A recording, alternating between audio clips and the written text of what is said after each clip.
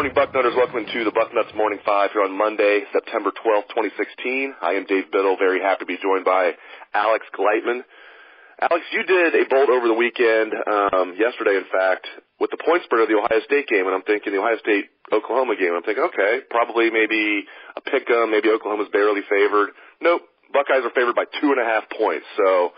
I was hoping the Buckeyes were going to be underdogs because Urban Meyer is so good as an underdog, 6-0 as a dog at Ohio State. He's good as a favorite, too, don't get me wrong, but I was kind of hoping the Buckeyes were going to be underdogs heading into this one, but I guess thanks to Tom Herman and thanks to how good Ohio State has looked so far, not so much. But what was your initial reaction when you saw the Buckeyes were favored by 2.5 points, Alex?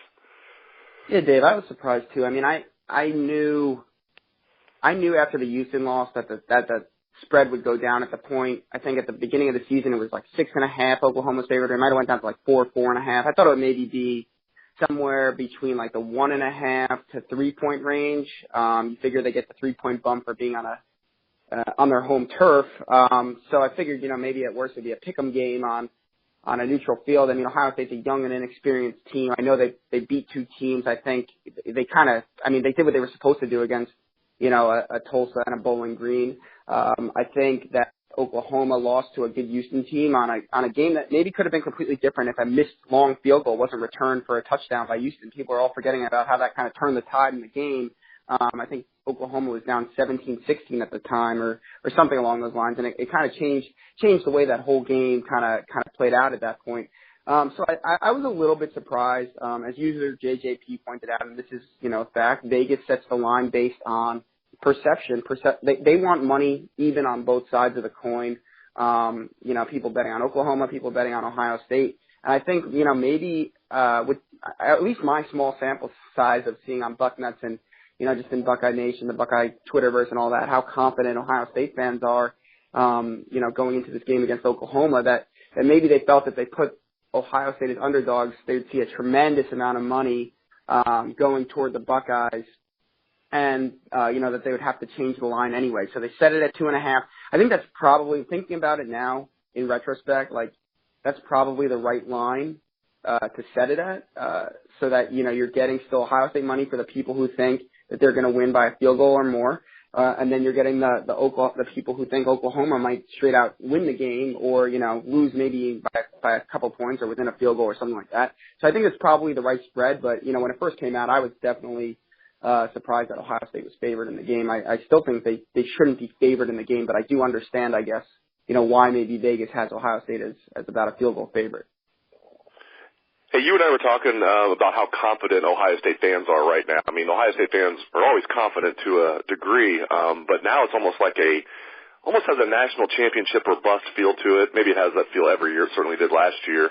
Buckeyes go 12-1. Everybody says it was a extremely disappointing season. But do you feel like Ohio State fans are now overconfident? Obviously the Buckeyes handled business and then some in their first two games, 77-10 over Bowling Green, 48-3 over Tulsa. Do you think Buckeye fans are too overconfident now? I think they are a little bit. I think, as I said, they steamrolled two teams they were supposed to steamroll. It's been very impressive on the defensive side of the ball, not allowing an offensive touchdown in those two games and winning by a score of, I don't know, what is it? I can't do the math, but it's like 125-13 or something like that. I mean, that's very impressive. But they did what they were supposed to do against those teams. That said, this team is still a young and inexperienced team. I mean, 2 games in, it's great, but there's been things, here and there where, I don't want to say you're concerned, but the offensive line play in the first half of last game, just the overall offense, guys just didn't look in sync, including JT Barrett. It just looked like people weren't on the same page, and those are the types of things at least I expect on a young and inexperienced team early in the college football season. Now, if Ohio State comes out and they're clicking on all cylinders like they were against Bowling Green, the play calling, the offensive line, everyone's kind of in sync on offense against Oklahoma, and they bring that A-plus game, I think they're going to win the football game, but we just don't know what's going to happen. And on defense, while they haven't allowed an offensive touchdown, there's been gaps in coverages. They've been bailed out by a couple of drop balls by both Bowling Green and Tulsa.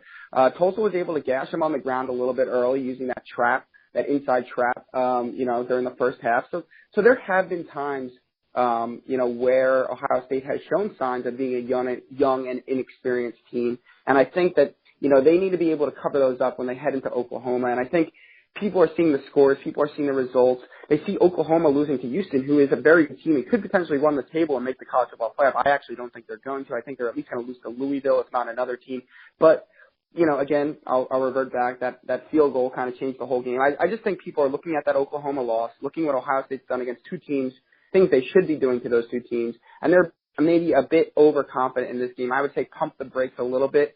I think, let's see how this game is going to tell me, if Ohio State is a contender or a pretender. Even if they lose, I still think, they could come out of that game as a contender depending on how they lose. But, this is going to be a tough game at night on the Sooners' home turf, and I think people shouldn't, underestimate Oklahoma. Dante Booker missed the Tulsa game with a sprained MCL. He was considered questionable entering the game. We had some information in the boarding house on Friday that he would not play, and that meant Jerome Baker got his first start as a Buckeye. I thought played relatively well. Didn't jump off the screen or anything, but played well. My question is, when Booker comes back, if Baker is playing well, what happens? Does Booker just get his job back, or is there a chance Baker holds on to that job even when Booker is healthy? That's a tough question. I think Ohio State wants to get the best 11 on the field, and if they feel that Jerome Baker is giving them the chance to put their best 11 on the field, I think they're gonna keep him on the field. Now that said, Dante Booker, he was kind of the talk of the town from Luke Fickell and everyone else. Everyone thought maybe Baker would take Chris Worley's job. Chris Worley actually looked very good against Tulsa. I thought after looking very mediocre against Bowling Green.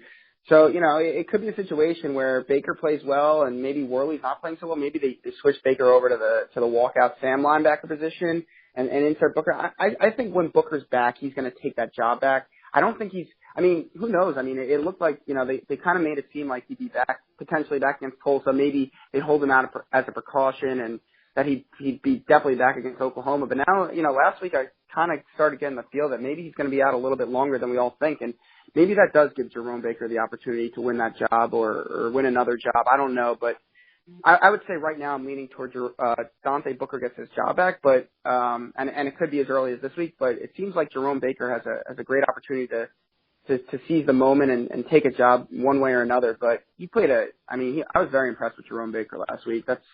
I guess that's the bottom line. And this kid is going to be a player for Ohio State at one point or another. Yeah, I'm convinced that the three best linebackers on the team are Raekwon McMillan, Chris Worley, and Jerome Baker in whatever order, obviously McMillan being number one. But, I really think Baker and Worley are almost equal. I'm impressed with both those guys. You're right, Worley played very well against Tulsa. I think Dante Booker can be a very good player, but I think I'd probably put him as the fourth best linebacker on this team. And I think Joe Berger, when he's had a chance to play, has looked good too, so I don't want to forget about him. But five-star recruit Justin Hilliard's buried on the depth chart. Nick Connor isn't getting much run out there. You have Craig Fada getting some playing time. So I understand Jerome Baker is undersized for that position that Josh Perry played. A lot of people think it's the Sam. It's actually the Will, even though the walkout, people assume the walkout is the Will. The walkout's actually the Sam. The other side's the Will. So people think maybe he's not big enough to play there, but I'm all about getting your three best linebackers on the field. So we will see what happens there. Dave, the question is, though, that I have is we don't know what Dante Booker is, though, right? We haven't seen that much of him at this point. We saw a quarter of a game, maybe not even a quarter of the game. I think he came out in the first quarter against Bowling Green. So, we don't even know what we have on our hands with Dante Booker. And I think that, maybe that does give Jerome Baker the opportunity to kind of take a starting spot because depending on how long Booker's out, we'll be able to see what Jerome Baker has, and we won't be able to see what Dante Booker has. Yeah, that's a good point. Switching gears, the kicker, Tyler Durbin, is looking good. Urban might not still know his name, but no, Urban's just being funny with that. But Durbin's looking really good. He's, of course, as a senior, walk-on. At this point, I think he might keep the job, and I say redshirt Sean Nuernberger. Now, if Durbin starts, kicking the ball all over the place and Nuernberger beats him out like he did last year when Jack Willoughby initially won the job and Nuernberger came back, and that had nothing to do with injury. This year is because of injury. Nuernberger hurt his groin. Durbin took over. Could be a little bit of a Wally Pipp situation, but the good news with Nuernberger is, Durbin's a senior. Nuernberger could redshirt, have 2 years left. Are they going to redshirt a kicker, though? Would they even want to do that with Blake Hobble coming in? Just your thoughts if redshirting Nuernberger is now a possibility. I guess it's a possibility. I don't think it's going to happen. I think he's going to take the job back. I mean, everyone seemed pretty confident that he had kind of turned a corner toward the end of last season into this offseason. He was going to be their kicker. I think he's going to win the job when he gets back. There's a reason Tyler Durbin's the walk-on and Sean Nuernberger's the scholarship guy. I know with kickers, maybe that's a little bit different. But, I mean, Tyler Durbin, he's been very good on kickoff. He hit 2 field goals this week. They were, 22 and 29 yards. Every kicker should be able to do that. I know not everyone can. But I think Sean Nuernberger is going to win the job at some point this season. Maybe Durbin keeps the kickoff duty. He's done a very good job there.